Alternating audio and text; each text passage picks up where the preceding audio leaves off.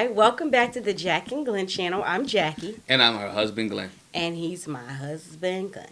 Hey, before we get started, make sure you hit the subscribe button. Make sure you hit that bell notification so you don't miss any of our reviews. We're Ready to Love Season 5, Episode 2.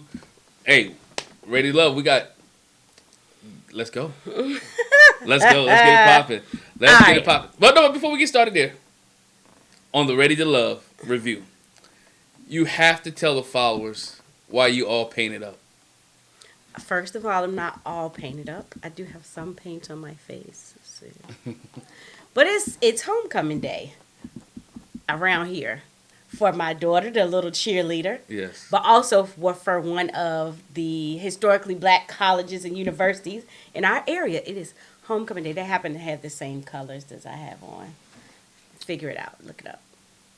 All right, let's go. Ready to Love. All right. So, we know last week was the mixer. Yep. And everybody was introduced to everybody, and they eliminated 2 people. Yep. And so now we're starting from there. And Tommy meets with the women.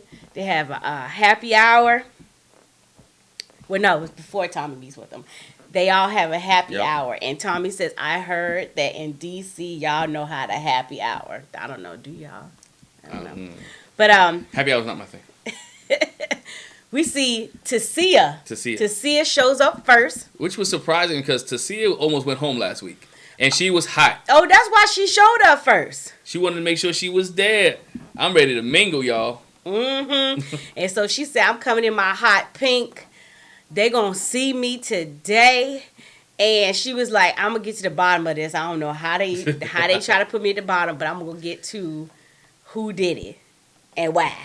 All right, and so we see Phil is there and Corey's there when she first gets there, and it was like 2 other guys. Yeah. And so that's what she said. She said, look, why was I on the bottom? I need answers. I like her though, because she was flat out. She didn't let that thing go. She was still warm about that thing that was there. She was hot. Let's be honest. Somebody got to be on the bottom, right? She was warm. She didn't go. Who's that from last season? Ira. You know, what's her name? Ida. Yeah, Ida. I said Ira. Ida. Ida from last season was mad. She like, all y'all said this and that and other. Y'all be lying. Well, I mean, somebody got to go home. Tacia was like that a little bit. She was like, I got all kind of numbers. Who put me on the bottom? Like they gonna say, dog. But anyway, so Phil says, well, you know, I really hadn't had a chance to interact with you. Yeah. So he was like, well, we're going to have to interact today. And Corey was like, look, you know what happened with me. You blew up my spot. Right. You know what happened. You put me out there. You know, y'all got on me about how I asked everybody out for a date. So that's what happened there. And then we see Aisha coming in. You know, she says she's excited to get to know the guys some more. And everybody else kind of files in after that. And then we see Tommy. And Tommy comes in. And he's like, you know, this is your opportunity to get to know everybody before they go. Because, you know, we let 2 people go last week. Yeah. So you gotta mix and mingle and really get to know each other and happy hour it up. Don't get too drunk. He didn't say that, but you know what I'm saying. It doesn't make for a good happy hour. And so this week the women are in control. He lets them know. And my dude that looks like, well, I tell you, he looked like one of the soldiers from A Soldier Story. Tyrone.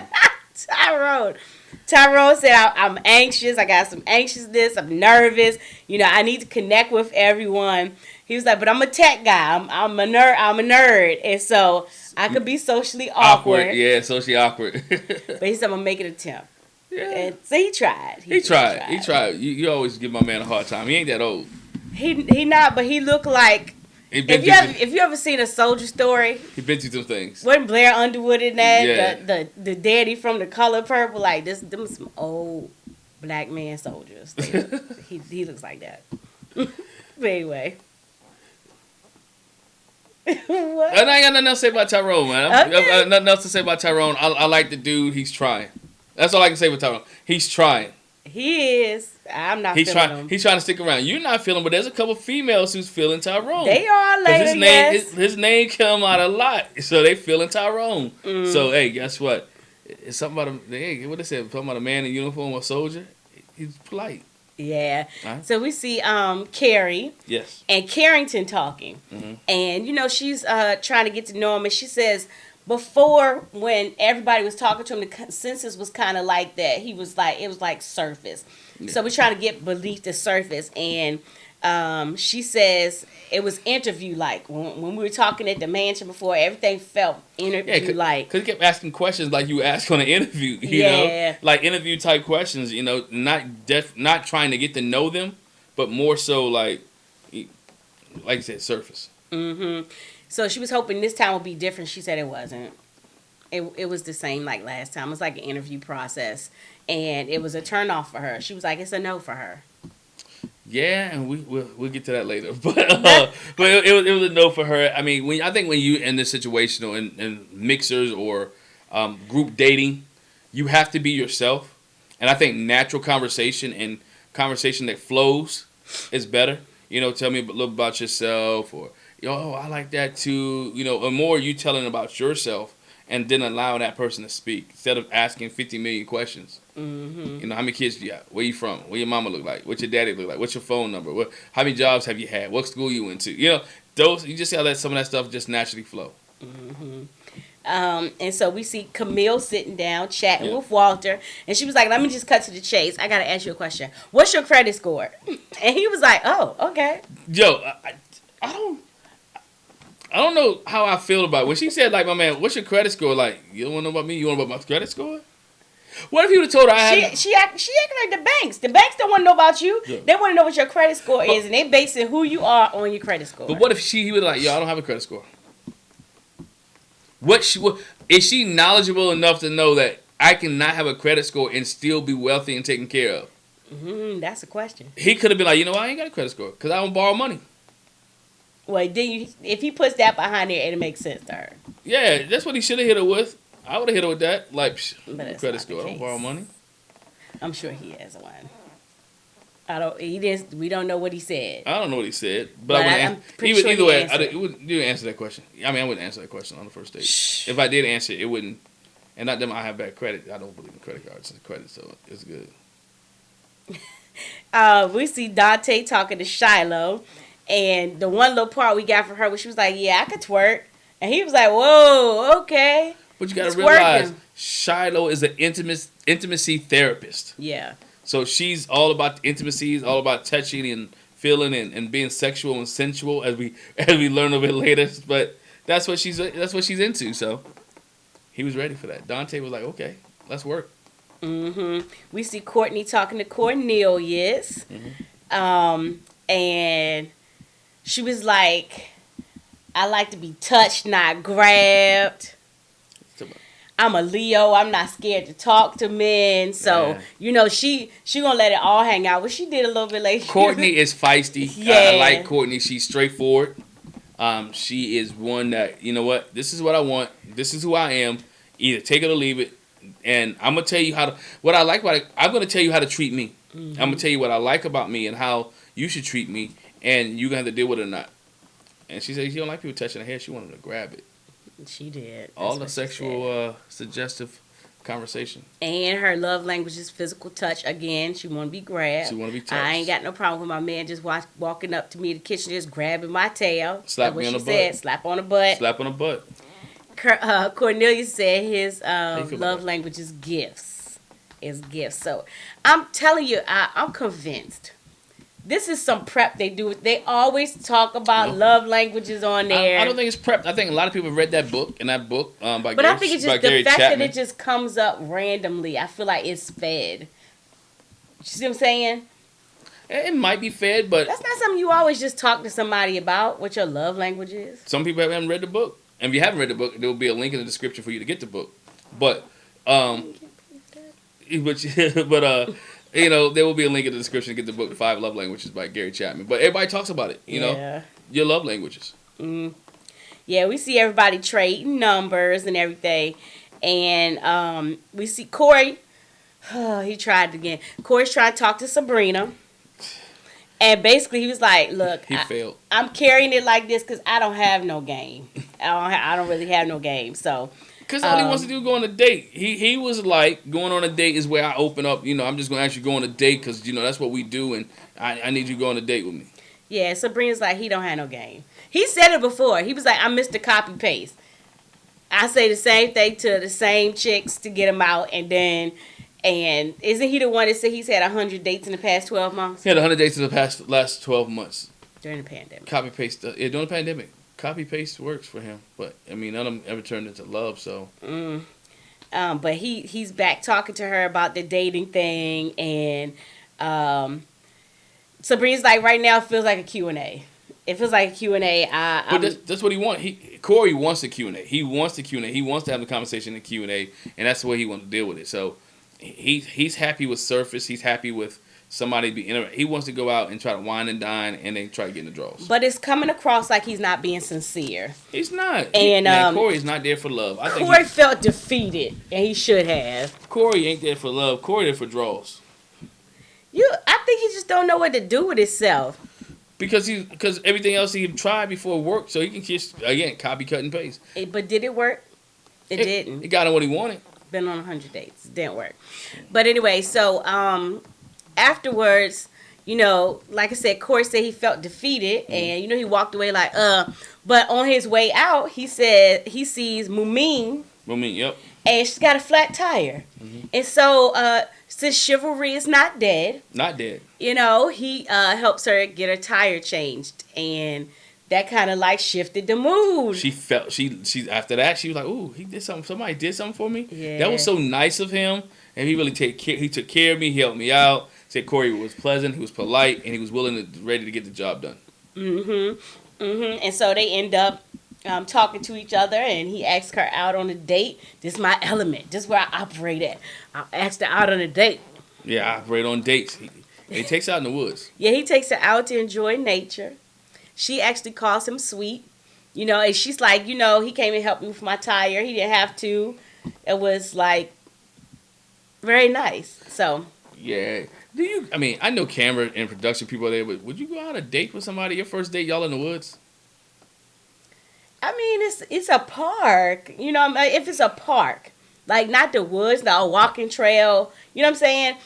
Oh. I mean, maybe. Oh, just can't. Maybe. If it's not just I know, he just woodsy, you know what I'm saying? He seemed perverted to me. Well, I mean, because then, they're sitting there having a little picnic, chatting on the fallen tree, and then he hops behind her like he's on a horse, and she's like, oh, wow, I thought she was going to help me down. Yeah, he's about, just hopped behind him. And then he started galloping behind her, which didn't look like, she's like, oh, okay. She's like, he makes me laugh. Yeah, but he's kind of a pervert. Yeah, he's corny. He's Troy number 2. He's corny. He's not kissing everybody like Troy did. Yeah, she's like he's making jokes. They're awful jokes, but it's making me laugh. And she said, he's normally not my type, but again, it did something for her when he came to change her tire. And he said his love language is acts of service, acts of service is her love language, and he said he's good at that. So he likes service. We'll see. We'll see. Okay, so then next we see a group date between Cornelius, Courtney, Walter, and Camille. And so basically Camille was like, she was feeling him from the jump. She was like, Cornelius. That's my man. That's my man. That's my man. She claimed him. And so she was like, I'm interested to see how it'll be out with him, kind of hit. Let me see how he operates with Courtney. And, I guess she's kind of feeling both of them, too. Yeah. They both kind of feeling both of them. So, we got them that crisscross stuff. And then a conversation comes up. Well, before we get to the conversation, they both say they're in church. That's the conversation they have. Yeah. It's like, is it too early? Can we talk about religion? Can we talk about religion? Can we talk about religion? Camille said her dad was a preacher. And they all said they grew up in church. What Walter said he was spiritual. Oh, yeah, Walter said he was spiritual. And after Walter said he was spiritual, and so Cornelius was like, well, myself, I believe the Father, Son, and the Holy Ghost is the Trinity over here for me. But we knew that. Hey, that's when Camille was like, okay, yeah, me too, grew up in church. And Courtney was like, yeah, me too, grew up in church, you know. And it's just something about, you know, having that spiritual relationship where I could pray over my man and, you know, cover him in prayer before he goes out.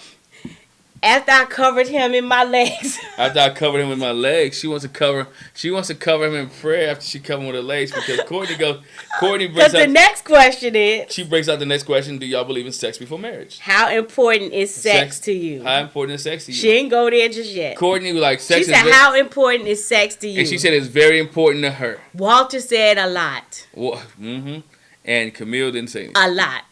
She said, well, you know, if me and my man, a lot. If me and my man sitting at dinner and I put my hand, she threw her hand on Cornelius' leg up, he said, real up there by his inside of his inner thigh, real. And Camille was like, hey, watch it now. And don't be touching. Cornelius like, oh, now, wait a minute. Hey, look, Cornelius didn't mind her touching his leg. No.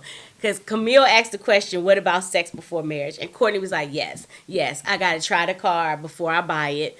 Yes, if we're not having sex, it's a problem. And Walter was like, Walter was like, yeah, for me too. Yeah, for me too. And they should have just swapped right then and there. Courtney said, I ain't wifing nobody if the sex ain't good. I got to know. We ain't going to be in no relationship and then I'll be mad because the sex. I was like, okay, church girl, sexual being, out of wedlock. It's not like you ain't never seen no church girls who've been very sexual. I didn't say that. Oh, okay. I ain't like the way you cut your eyes at me. No, I didn't say you. I did not say you. You feel guilty? I did not say you. But I said church girls. I said I did not cut my eyes. I came to look at you because we're having a conversation. And we're talking to the listeners. I did not cut my eyes at you. But there are some church girls who are very sexual. And this is not that type of video for us to go ahead and talk about sex before marriage. But that might be a separate video that we may do a little bit later. But again... Cornelius' question was, "What you would never wait at all?" And Camille was like, "Well, I would go to counseling and I would wait. That's the route I would take." And we know from before, Cornelius was like, "That's the style he on. That's the style he on too. That's where he's at. That's why I said they should have just at the table should have just swapped. She should have went ahead and Courtney and Walter should have just go ahead and start having their conversation, and Camille and Cornelius should have go ahead and matched up because guess what? It's not going to work. If this person does not want sex before marriage, and this person wants sex before marriage, that's not going to happen because she can try to draw him. I can see Courtney trying to draw Cornelius in onto the dark side. And if that's the case, they hook up. Who bruh don't give in. If those are your standards, those are your standards. We saw Liz from last season. Her standard was, I'm celibate. Mm-hmm. I'm not going to have sex anymore until I get married. I don't know if her and Jason... they ever do. I remember in an interview they said they got real close. But I think that also had to do with one of the reasons why they're not still together. Maybe. I'm just, well, don't block me. But I'm just saying. I'm just saying. You talk about Liz these days, she'll block you. But yeah, Walter was like, if I want it, I gotta have it. And Courtney was like the same way, like, yeah, I gotta get me some. So hey, I think they would. I said they should have flip flopped too, and hopefully, like you said, if that's Cornelius' standard, hopefully he won't, be influenced to fall into somebody else's and give in, or hook with somebody like you. How can two walk together except they agree? Yeah, so I'm hoping that's what will happen, but you never know. Mm-hmm. But next we see Zadia. She goes out with a soldier story. I mean, Tyrone. Leave Tyrone alone. And she comes in her little outfit, and Tyrone is like, man, she show up, their body is banging. Yeah. Like, okay. I'm not gonna. It was a onesie, like a leotard type, spandex type I think so. Outfit. Uh-huh. Yeah. And so they talk about connections, and he said she's into building people. That's the area she works in. She's into building people, and he's like, he's happy that she's there. And they get, well, from what we see, I'm sure it was a little bit slower than that, but they get deep real fast. He talks about the fact that He's obviously been in the service, and he has to battle anxiety and PTSD. Yeah. He's had 2 hospitalizations, and he talks about how he's been deployed twice, and we know from knowing people in the military, those deployments are hard. Going to war is hard. Yeah. When you see your fellow servicemen getting killed, or it's even hard when you see the enemy getting killed. Yeah. You see that death all around you. And so he was like, he felt like the way this process moves, it does cause you to open up fast. Mm-hmm. And so he shared that. And they both talked about how he has to do, when he gets in a place where he's experiencing anxiety and PTSD, about doing breathing exercises. And she shares that in my line of work, I do teach breathing exercises and stuff. And she liked that he was vulnerable. She liked his vulnerability and his honesty. Yeah, I like that he was open. I mean, I think sometimes I'm not gonna say he gave too much, but he gave who. That's the question we talked about earlier about an interview process. Mm-hmm. You allowing them to openly share, mm-hmm. and he felt like he really wanted to openly share with her, and he felt comfortable. And I think that was the key too, because he wanted to lay it on all on the line. This is who I am. This is what I experienced. This is what I'm going through. And I need somebody to be there with me to help me, or companion, or be in a relationship with somebody that understands me. Or not even that. Truth of the matter is, while we dating, that's good to know. Because what if I have a episode? While we out, I don't want you to be like, oh shoot. Yeah. I want you to be prepared and like I said, the field she's in, she can kind of help them through it.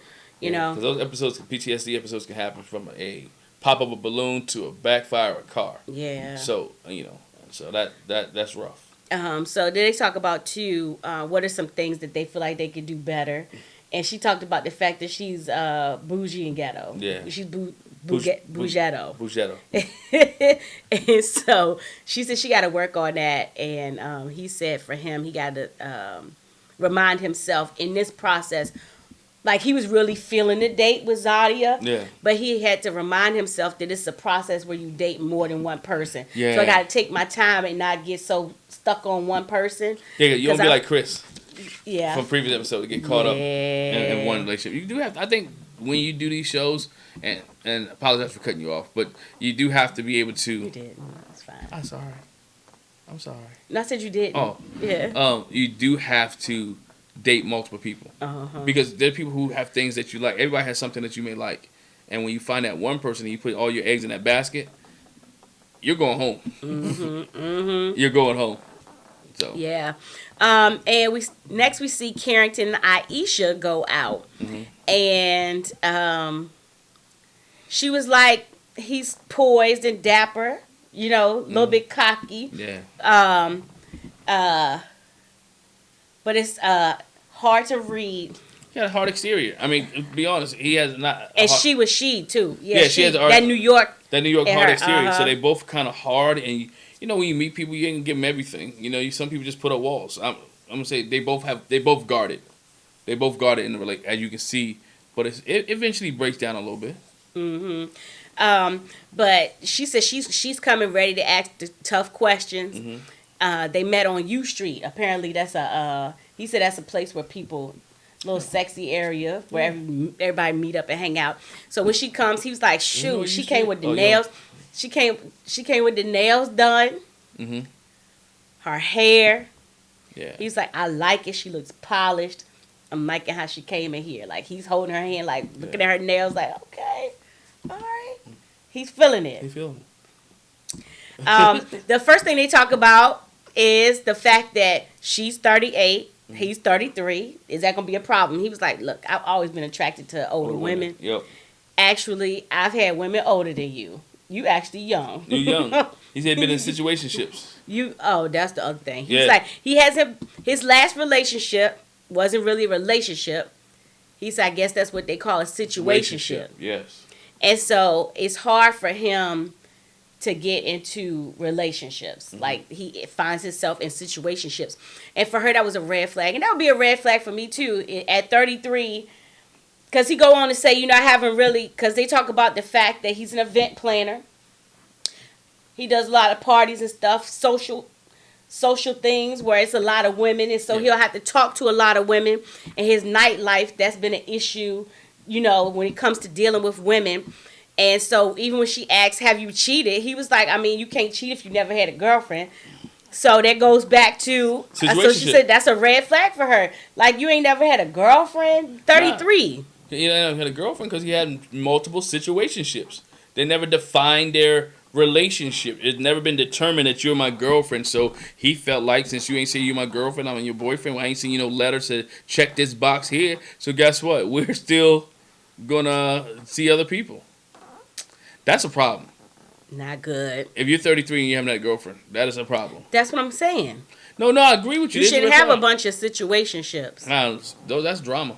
You shouldn't have a bunch of situationships. That's drama waiting to happen. Yeah, and so he says, at this point he's trying to set proper expectations, and her concern is that part of your life over?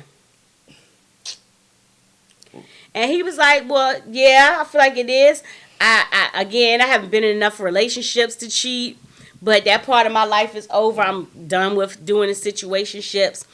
And he was like, but you ask questions of me, let me ask some of you. Right. All right. So what's your deal? She's like, I was with my ex from the age of 19 to 31. Oh, that's a long time.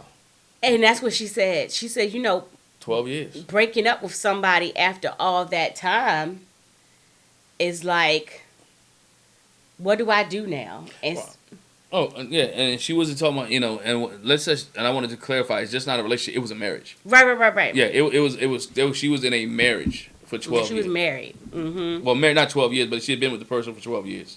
Mm-hmm. Yeah, she was married. And so she said she went to therapy, and she had her kids get therapy too, because again, that's I don't want to get into that on this video, but I think a lot of times people think when, you get divorced, like you just divorcing your spouse. But the kids a lot of times feel like you divorced them. Yeah. It's traumatizing for kids, like for most kids, depending on how the situation is. Yeah. But of course, you love both your parents. You don't want to feel like you're choosing between them. But you feel like you've been abandoned. I mean, when you get to that point, you feel like as a kid, parents divorce, you feel like they're abandoning you. And especially if they leave and they're never around or being involved with you, it becomes abandonment. Mm-hmm. And so it could lead some scars there as far as further relationships, and scars there on the parent that has a child, how to handle those relationships and how to deal with those. And you also where you don't want to put nobody else into this relationship now with your kids, and it'll be toxic. Right. And so she said she went to therapy. She got her kids into therapy. And she was like, because her kids were her everything. And, she got emotional with that. And he was like, that meant a lot. That you could tell her kids mean a lot to her. So that touched him. And so she said she wanted to get right mentally.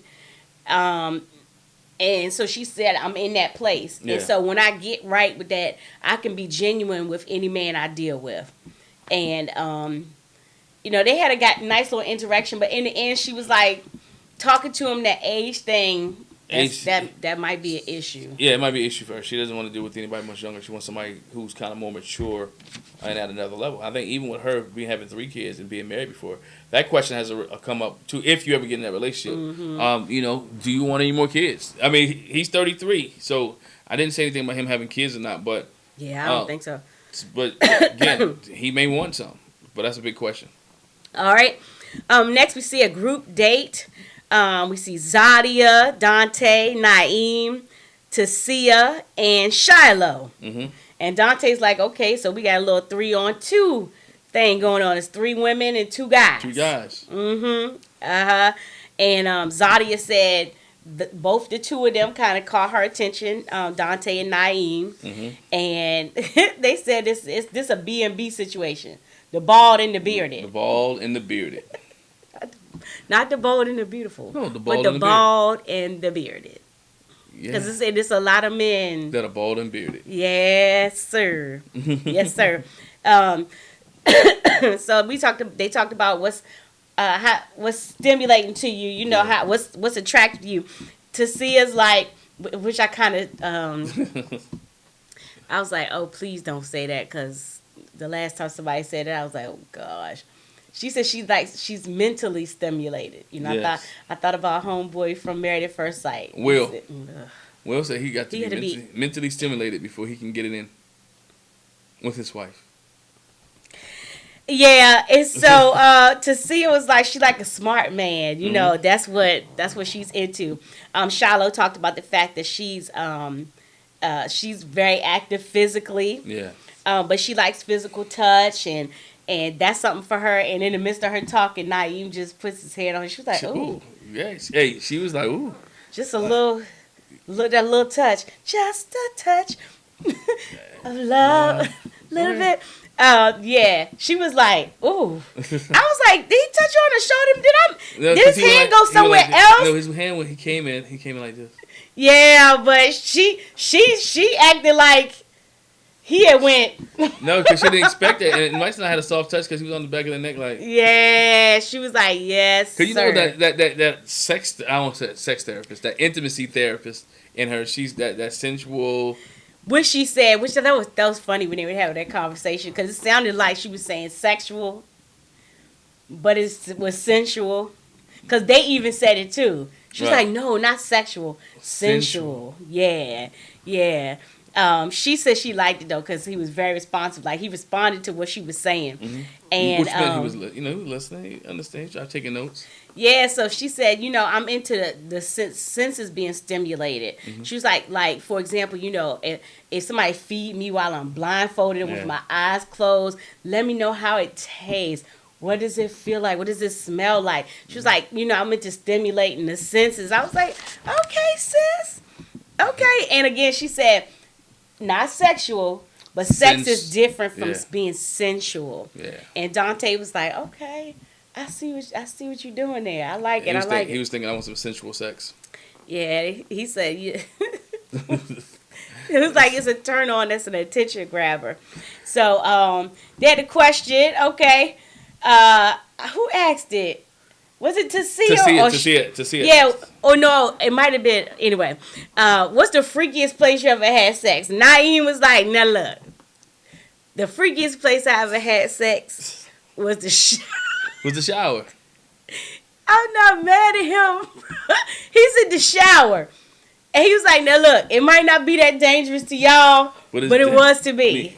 It was dangerous to me. It was dangerous. And be slipping and sliding. Break a leg.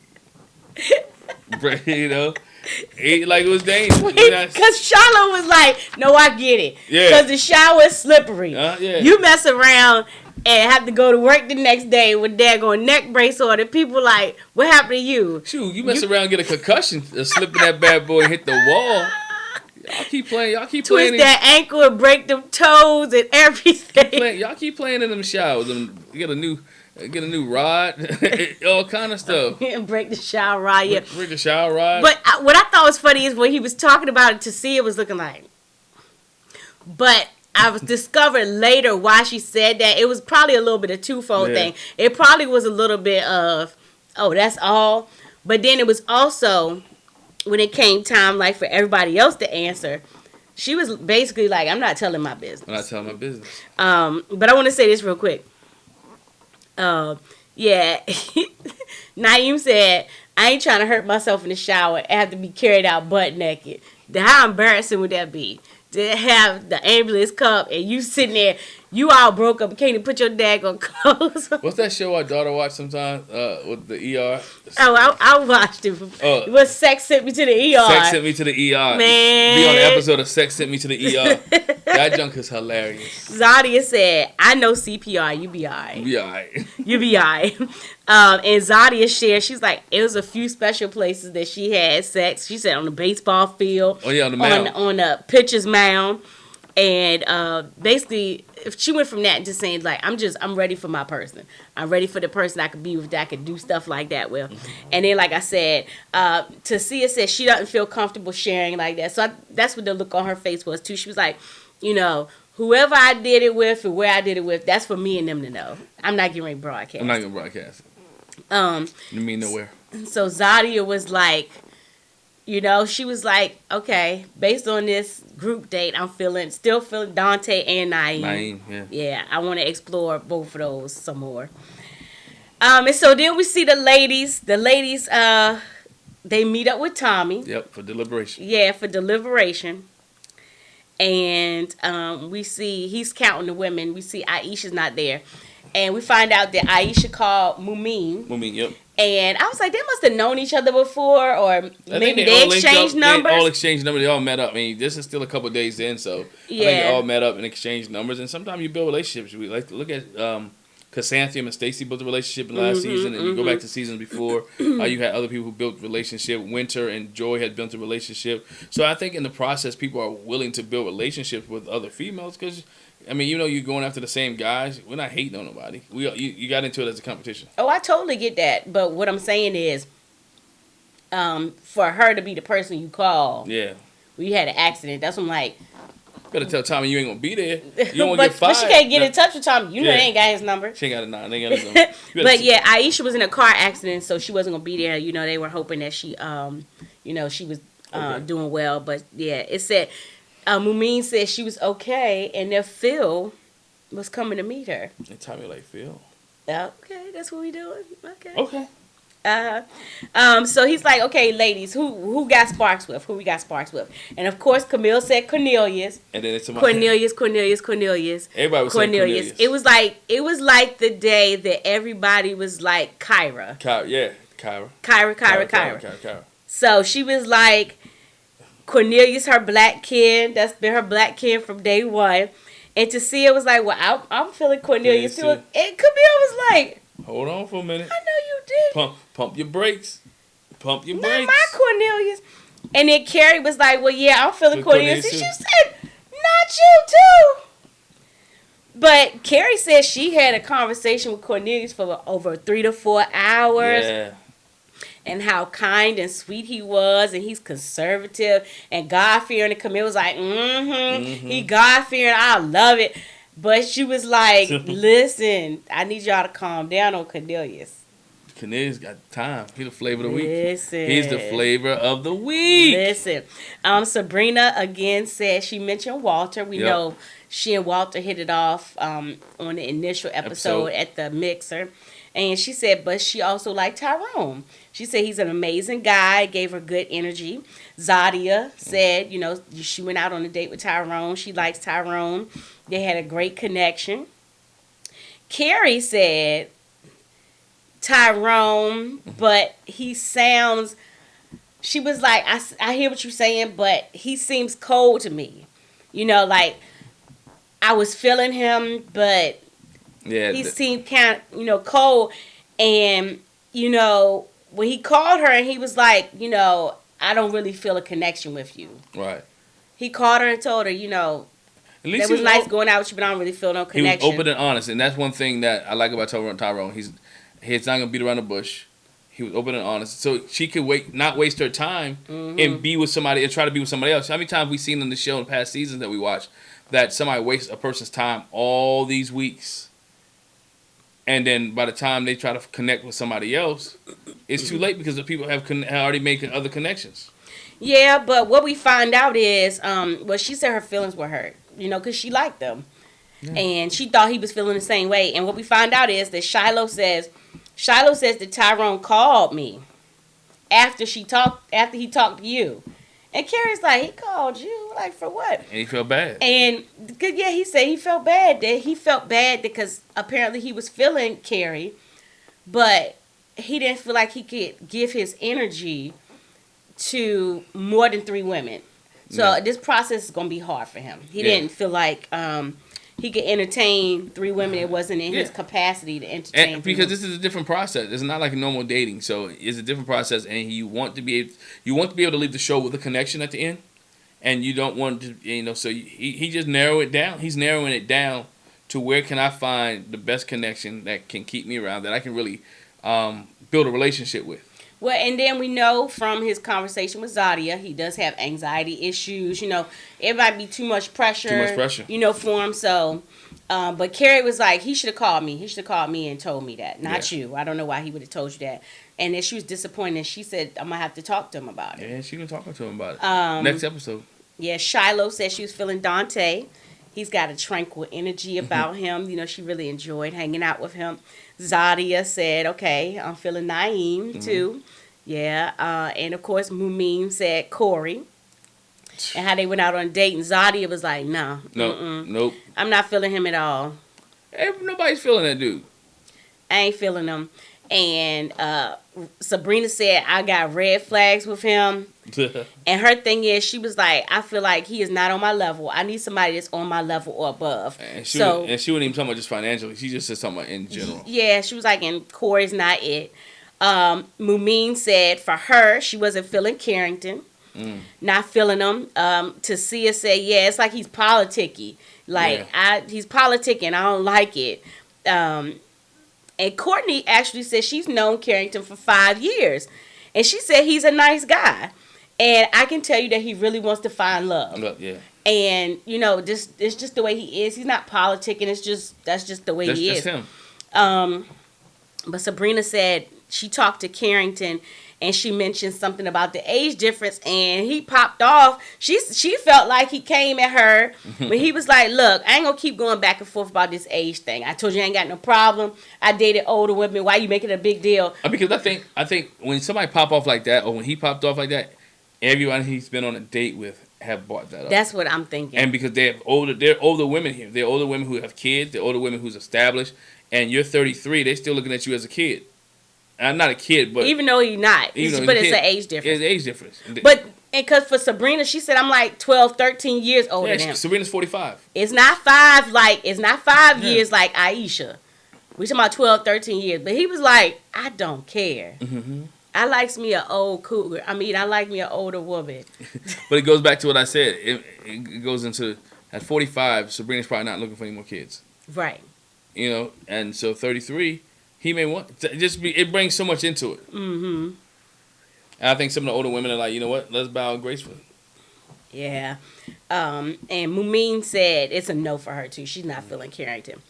So at this point, the women have to make a decision. And I was like, okay, they said 2 of y'all have to go talk to, 2 of the guys. Mm. And I was thinking Carrington would be on the chopping block. Yep. And I was like, maybe they'll do him like they did, who was it that was Friends? And so they sent her to talk to him on the last season. It was, you had Joy and Chris from 2 seasons ago. They were real good friends. And you had Alexis. Who did she send home? I can't remember. But they sent, a friend to kind of let him down easy. But it wasn't. Camille met with Carrington. Yeah. And then we see Tacia meets with Corey. And here it go. Both of them are like, oh, they asked me out on a date. I'm excited about the date to see what's going on. Not knowing that this is I got to let you know whether or not you're ready to love. That's always amazing. If somebody out of the blue call you for a date. I guess early on, you don't really catch it. Yeah. Because everybody's getting to know each other. Yeah. But so, yeah. Corey comes in and he's like, Tacia got this dress on. She looking good. And, he reaches to hug her. And Tacia's like, look, your hand's kind of low. He was like, well, you shouldn't have came in that dress. Looking all good in that dress. I can't help it. It's my love language. Corey, I like to touch. Control yourself, dude. Physical touch is my love language. It's creep. He's giving me creep vibes. It's creep vibes, dog. It's creep vibes. He's giving me creep vibes. He's a creep. He's a member of the creep squad. You gotta be respectful. In every area, be respectful. And then they sit at the table across from each other. He's like, "Oh, this too far. I gotta get closer." So he moves closer to sit to her. He's like, "I'm excited about this date. I'm looking forward to it." Yeah. He likes to date. He's a serial dater. So we see Carrington again too. Like okay, I'm interested to see how this date is gonna be. He kind of goes into it with a little bit of anticipation, but Camille was like, the ladies met today, and then he's starting to be like, oh, okay. I know what this is. He like the wheels. You can start seeing the wheels turn. Like the whole romantic date thing in his mind stopped. He like, where this going? His body language. Oh yeah. Body language and everything shifted when she said that. Yeah, she said, and there was a consensus, and he was like, "Oh boy, here we go." Here we go. She was like, everybody feels like you got a wall up, and I felt like you had a wall up, and other people said it too. So I realized it wasn't just me. And he's kind of like, is this a date or a therapy session? Again, he's starting to realize, okay. He started to be defensive. Yeah, because she's like, the women feel like you're not authentic. A lot of women feel you're not authentic and can't carry a conversation on. Yeah. And basically, it was like he kind of said it like, well, maybe this is me. That's how I operate. That's how I moved. It's not that I'm not being authentic or surface. This is just my personality. Could it be that that's who it is? And basically, maybe y'all don't like my personality. And he was like, I'm ready to get past this part. And which then made me think, I thought he was getting it. But then he said, I'm ready to get past this part and move on to the rest of the date. Like, let's get with the rest of the date. I'm like, bro, you're not understanding this. He may not have watched the show. He may not know what this type it is. He may not understand it. I'm going to give him that. I don't know. So then on the flip side, like you said, we see Tacia met with Corey. And she says, the ladies feel like you haven't had any real genuine conversations with them. We don't know how to take you. We don't really know who you are. Yeah, we don't know who you are. And in the end, we hear Camille tell Carrington, you are not ready to love. Bro, get up. And he like, oh, okay. Oh, all right. I felt like he wanted to snap more than he did. Yeah, you could feel it. I felt like he wanted to snap more than he did. He was disappointed. Yeah, he was irritated. He was disappointed. He was really mad. Like, why me? Right. He said, and in his little vignette, leaving, he's like, I've been ready to love. But maybe this process to get to it is not for me. This process is not for me, but I've been ready to love. So that means, what happened. If he's not ready, your boy Corey is still in there. But I wish they had told him. Yeah, boy Corey in there. But we've seen where they have eliminated 2 people at once. And so I was thinking when I was watching, they're about to eliminate 2 of these dudes right off the bat. Like, man, season 5 is getting ready to throw. They about to send 2 cats home already. And I knew that wasn't the case because Tommy would have been like, this the curveball. And so it's not the curveball. They kept Corey. Corey stays. I don't really care for him. He comes off pervy to me. He's like, I don't like it. You're a woman and you feel that. Can you imagine what they felt? He comes off weird. Yeah, he's creepy. I don't like it. But anyway, she was like, you need to get it together. We feel like your heart's in a great place. We just need you to be more intentional about, real connections. He ain't get it. And so he was like, okay, so does that mean I get a second date? Like I said with you, he didn't get it. Because he was right there, he asked for a second date. He didn't get it. And she was like, it's not really a date, but he's going to turn it into a date. Yes. He did turn it into a date. Because he likes to date. Apparently. Because he likes to date. And he's ready for the second date, and he said maybe the 3rd or 4th date. He's a dater, and he's going to try to play it. I feel like they should just let him go early. Oh, I think everybody feel like that. Corey just let him go early. Corey should be going home. And, I mean, I don't think it was good that Carrington snapped at Sabrina. Yeah. But like you said, it probably was a lot of women talking about his age and the age difference. He was like, dog, I'm tired of talking about this. He's tired of talking about it. So let it go. I don't even want to answer this question anymore. I think they should have given him a chance and let Corey go. Yeah. Because the only person that was really feeling Corey that said so was Mumin. Yeah, but she must have a lot of pull. It must have been a lot of no's for Carrington. They must do a hand vote thing or whatever they do back there. But Carrington must have got a whole bunch of votes. Well, we know he didn't get Courtney's vote. Yeah, he didn't get Courtney's vote. But anyway. That's Ready to Love, ladies and gentlemen. Make sure you hit that subscribe button, hit that bell notification. We're looking forward to this season of Ready to Love. Next week's episode looks like it's going to be on fire a little bit. The men get the opportunity to send a lady home. Oh, yeah. Get to send a lady home. We'll see if Tacia is on the chopping block for next week or not. But make sure you hit the subscribe button again. Make sure you hit the bell notification. Make sure you leave a comment in the comment section. Also, go down there in the description and check out the Jac and Glen merchandise as well. So make sure you check out also our Married at First Sight reviews, which we drop each and every week. So, that being said, ladies and gentlemen, thanks for joining us. Bye.